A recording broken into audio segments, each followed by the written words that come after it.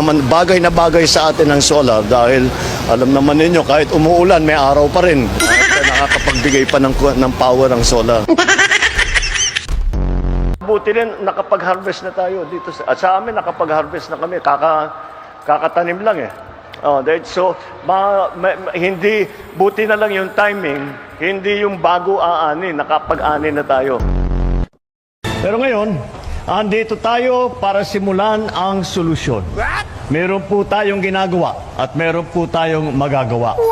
Imbis na bumaha tuwing tag-ulan, ang gagawin natin ay iipunin natin ang tubig, ipunin natin ang tubig, ipunin natin ang tubig para mapakinabangan sa panahon ng tagtuyot.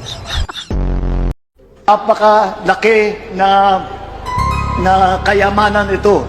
At ito ay isang ibang klaseng kayamanan ito. Ang kayamanan na ito, kapag nasa iyo na at nasa ulo na ninyo ang inyong pinag-aralan, kahit anong mangyari, hindi yan malulusaw, hindi yan mawawala. Walang pwedeng mag-agaw sa inyo, walang pwedeng mag-agaw ng... Palalawakin din natin ang ating suporta para sa 2.5 milyong mahihirap at yung malapit nang maging mahirap.